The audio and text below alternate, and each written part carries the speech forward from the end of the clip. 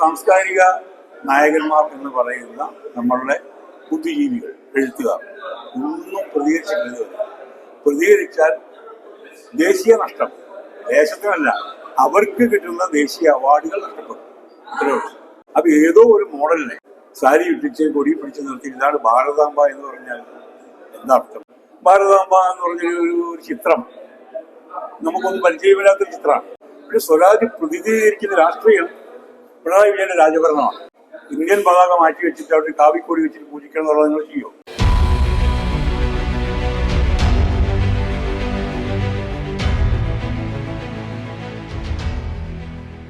നിലമ്പൂർ തെരഞ്ഞെടുപ്പില് ഇപ്പം സാഹിത്യകാരന്മാർ ഒന്നടങ്കം, എഴുത്തുകാരൊന്നടങ്കം അവരുടെ എല്ലാവരുടെയും അവകാശം തങ്ങൾക്കാണെന്നൊക്കെ പറഞ്ഞുകൊണ്ട് ഒരു സ്ഥാനാർത്ഥിക്ക് വേണ്ടി രംഗത്തിറങ്ങുകയുണ്ടായി. അപ്പോൾ എഴുത്തുകാരൊരു പക്ഷത്തിൽ നിൽക്കുന്നതിന് എന്താണ് സമൂഹത്തിന് എന്താണ് ഛേദം? അല്ല, എഴുത്തുകാരുടെ പക്ഷത്തിൽ നിൽക്കുന്നത് ഒരു ഛേദവുമില്ല. കാരണം എഴുത്തുകാർക്ക് പക്ഷം പിടിക്കാം, എഴുത്തുകാർക്ക് രാഷ്ട്രീയ പാർട്ടിയുടെ വക്താക്കളാകാം, അവർക്ക് വേണ്ടി കൊള്ളൂത്ത് നടത്താം, സ്തുതി പാടാം, ഒക്കെ ചെയ്യാം. അത് കുഴപ്പമില്ല. പക്ഷെ ഞങ്ങൾ സാംസ്കാരിക പ്രവർത്തകരാണ്. ഞങ്ങൾക്ക് ഈ സമൂഹത്തിൽ ഞങ്ങൾ പറയുന്നതാണ് ശരി എന്ന് പറയുമ്പോൾ അവര് അത്തരം സാമൂഹിക പ്രവർത്തനങ്ങളിൽ ഏതെങ്കിലും ഏർപ്പെടണം. സാമൂഹിക പ്രവർത്തനം എന്ന് പറയുമ്പോൾ അത് ഭരണകൂടത്തിനെതിരാവാം. ആദിവാസി സമരം, ആശാവർക്കർമാരുടെ സമരം, ഇതൊക്കെ നടക്കുമ്പോൾ അതിപ്പോൾ ഭാരതാംബ പ്രശ്നം. ഭാരതാംബ എന്ന് പറഞ്ഞൊരു ചിത്രം നമുക്കൊന്നും പരിചയമില്ലാത്തൊരു ചിത്രമാണ്. അങ്ങനെ ഭാരതാംബ അല്ല, നമുക്ക് ഭരണഘടനയാണ്. നമുക്ക് ഓരോ ഓഫീസുകളിലും അംബേദ്കറുടെ ചിത്രമോ ഭരണഘടനയുടെ ചിത്രമോ ആണ് വെക്കേണ്ടത്. അതിനു പകരം ഒരു ഭാരതാംബയെ പ്രകീർത്തിക്കണം എന്ന് പറയുമ്പോൾ അതിനെതിരെ ശബ്ദിക്കാൻ പറ്റണം. അപ്പോഴാണ് അയാൾ സാംസ്കാരിക പ്രവർത്തനം. എഴുത്തുകാർക്ക് ഏത് പാർട്ടിയിലും ചേരാം, ഒരു കുഴപ്പമില്ല. മറ്റൊന്ന്, ആര്യാടൻ ഷൗക്കത്തിനെ സംബന്ധിച്ചിടത്തോളം ഒരു മുഖ്യധാര സിനിമാ പ്രവർത്തകനാണ്. അദ്ദേഹത്തിന്റെ ആ സിനിമകൾ ദേശീയ പുരസ്കാരങ്ങൾ ഉൾപ്പെടെ നേടുകയുണ്ടായി.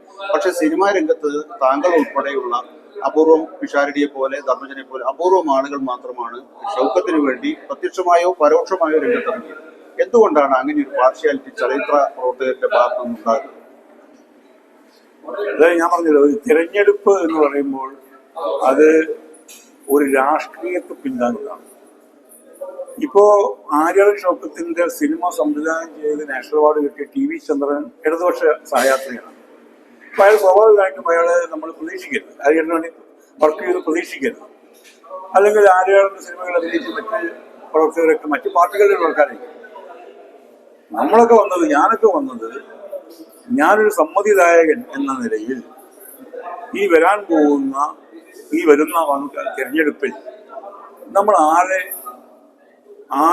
പ്രതിനിധീകരിക്കുന്നു, ആരെ റെപ്രസെന്റ് ചെയ്യുന്നു. BJP കാരനവിടെ ഉണ്ട്, അയാൾ ആരെ റെപ്രസെന്റ് ചെയ്യുന്നു ഞാൻ പറയണ്ട. കോൺഗ്രസ് സ്ഥാനാർത്ഥി അവിടെ ഉണ്ട്, അയാൾ എന്തിനെ റെപ്രസെന്റ് ചെയ്യുന്നു നമുക്കറിയാം. LDFന്റെ സ്ഥാനാർത്ഥിയുണ്ട്, നിലവിലുള്ള ഭരണകൂടത്തിനെ വേണ്ടിയിട്ടാണ് അയാൾ നിൽക്കുന്നത്. സ്വരാജിന്റെ സുഹൃത്താണ്, ഞങ്ങളുടെ പലരുടെയും സുഹൃത്താണ്. പക്ഷെ സ്വരാജ് പ്രതിനിധീകരിക്കുന്ന രാഷ്ട്രീയം പിണറായി വിജയന്റെ രാജഭരണമാണ്. ഈ പിണറായി വിജയന്റെ രാജഭരണത്തിനെതിരെ നിൽക്കുന്ന ആളെയാണ് ഞാൻ സപ്പോർട്ട് ചെയ്യാൻ തീരുമാനിച്ചത്. കാരണം ഞാൻ ആര്യാടൻ ഷൗക്കത്ത് എന്നുള്ള വ്യക്തിക്കപ്പുറം ആര്യാടൻ ഷൗക്കത്ത് പ്രതിദാനം ചെയ്യുന്ന ആ പൊളിറ്റിക്സിനെ കാണും.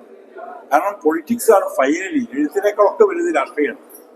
മനസ്സിലായില്ലേ? രാഷ്ട്രീയക്കാരനെ തീരുമാനിക്കുക ടാക്സ് വർദ്ധിപ്പിക്കണോ, നിങ്ങൾ പോലീസിനെ കൊണ്ട് പിടിപ്പിക്കണോ, നിങ്ങൾ ഉപദ്രവിക്കണോ എന്നൊക്കെ. എഴുത്തുകാർക്ക് അതൊന്നും ചെയ്യാൻ പറ്റില്ല.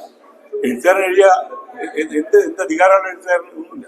ഇപ്പൊ ഭാരതാംബ വിവാദം യഥാർത്ഥത്തിൽ ഒരു സ്വാഭാവിക പരിണതിയാണോ, അല്ലെങ്കിൽ അത് കൃത്യമായിട്ടും ഒന്ന് പ്രൊജക്ട് ചെയ്ത് കൊണ്ടുവരാൻ വേണ്ടിയിട്ടുള്ള ഒരു ശ്രമമാണോ എന്നുള്ള ഒരു ആലോചന നടക്കുന്നുണ്ട്, ഒരു ചിന്ത ഉണ്ടാക്കുന്നുണ്ട്. അങ്ങനെ കൃത്രിമമായി സൃഷ്ടിക്കുന്ന ഒരു വിവാദമാണോ എന്ന് പോലും തോന്നിപ്പോകുന്ന രീതി. അതിലെന്താണ് യഥാർത്ഥത്തിൽ ഒരു സാംസ്കാരിക പ്രവർത്തകന്റെ റോള്? അല്ല, ഇതിലൊന്നും ആകസ്മികമായി ഒന്നും സംഭവിക്കുന്നില്ല രാഷ്ട്രീയത്തിൽ. ആകസ്മികമായി ചിലപ്പോ സ്ലിപ്പ് ഓഫ് ടങ് ഒക്കെ, നാക്കുപിഴയൊക്കെ സംഭവിക്കാം. പക്ഷേ ഒരു ചിത്രം വെക്കുന്നു, അതിനെ പൂജിക്കണമെന്ന് പറയുന്നു, അതിലൊരു പതാക, ഇന്ത്യൻ പതാക മാറ്റി വെച്ചിട്ട് അവിടെ കാവിക്കോടി വെച്ചിട്ട് പൂജിക്കണം എന്നുള്ളത് നിങ്ങൾ ചെയ്യോ? ഞാൻ ചെയ്യൂലല്ലോ.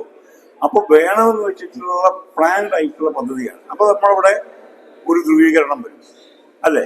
അതിന് അനുകൂലിക്കുന്നവരും അനുകൂലിക്കാത്തവരൊക്കെ രാജ്യസ്നേഹം ഇല്ലാത്തവർ, അനുകൂലിക്കുന്നവരൊക്കെ രാജ്യസ്നേഹമുള്ളവർ.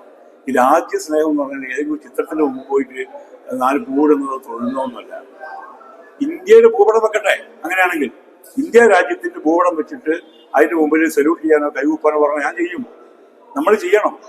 അല്ലാതെ ഒരു പട്ടിസാരി എടുത്ത ഒരു സ്ത്രീ ഒരു മോഡലായിരിക്കും മിക്കവാറും. അത് രവിവർമ്മ ചിത്രങ്ങളൊക്കെ കണ്ടിട്ടുണ്ടെങ്കിൽ അതൊക്കെ ബോംബെയിലെ സാധാ സ്ത്രീകൾ മോഡലുകളാണ്. നിങ്ങൾ ദമയന്തി നിൽക്കുന്നതും അതൊക്കെ കണ്ടിട്ടുണ്ടോ? ഒരു ചിത്രങ്ങളിലെ പൂറിക്കാൻ നിൽക്കുന്നത് അതൊക്കെ മോഡലുകളാണ്.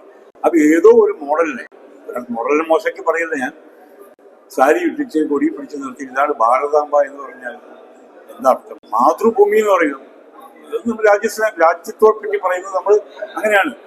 അമ്മയുടെ സങ്കല്പമാണ്. അമ്മയുടെ സങ്കല്പം എന്ന് പറഞ്ഞാൽ വയസ്സായ സ്ത്രീനെ വെക്കട്ടെ, എന്നാല് അമ്മ രൂപമുള്ള ചുക്കിച്ചുളിഞ്ഞ മുഖമുള്ള ശോഷിച്ച ശരീരപ്രകൃതിയുള്ള വൃദ്ധയായ മാതാവിനെ വെക്കട്ടെ. ഒരു ഇന്ത്യൻ അമ്മയുടെ ക്രോസ് സെക്ഷൻ വരട്ടെ ഭാരതാംബയിൽ. ഇന്ത്യയുടെ അമ്മയുടെ ക്രോസ് സെക്ഷൻ എന്ന് പറഞ്ഞാൽ ബീഹാറിലും രാജസ്ഥാനിലും ഉത്തർപ്രദേശിലൊക്കെ പോയിട്ട് തെരുവോരങ്ങളുണ്ട്, ബോംബെ റോഡിലൊക്കെ കാണാം. അതാണ് ഇന്ത്യയിലെ അമ്മ. ദാരിദ്ര്യം മാറാത്ത, പട്ടിണി മാറാത്ത, ഉടുക്കാൻ വസ്ത്രം പോലില്ലാത്ത അമ്മ. അതാ വേണ്ടത്. അല്ലാണ്ട് പട്ടുചേരി ചുറ്റിട്ട് നിൽക്കുന്ന ഒരു സ്ത്രീ ഭാരതാംബ എന്ന് പറയുന്നത് എന്നെ കിട്ടില്ല. ഭാരതാംബ അപ്പോൾ അതില് സാംസ്കാരിക നായകന്മാർ എന്ന് പറയുന്ന നമ്മളുടെ ബുദ്ധിജീവികൾ, എഴുത്തുകാർ ഒന്നും പ്രതികരിച്ചിട്ടില്ല. പ്രതികരിച്ചാൽ ദേശീയ നഷ്ടം, ദേശത്തിനല്ല അവർക്ക് കിട്ടുന്ന ദേശീയ അവാർഡുകൾ നഷ്ടപ്പെടും. അത്രേ ഉള്ളൂ.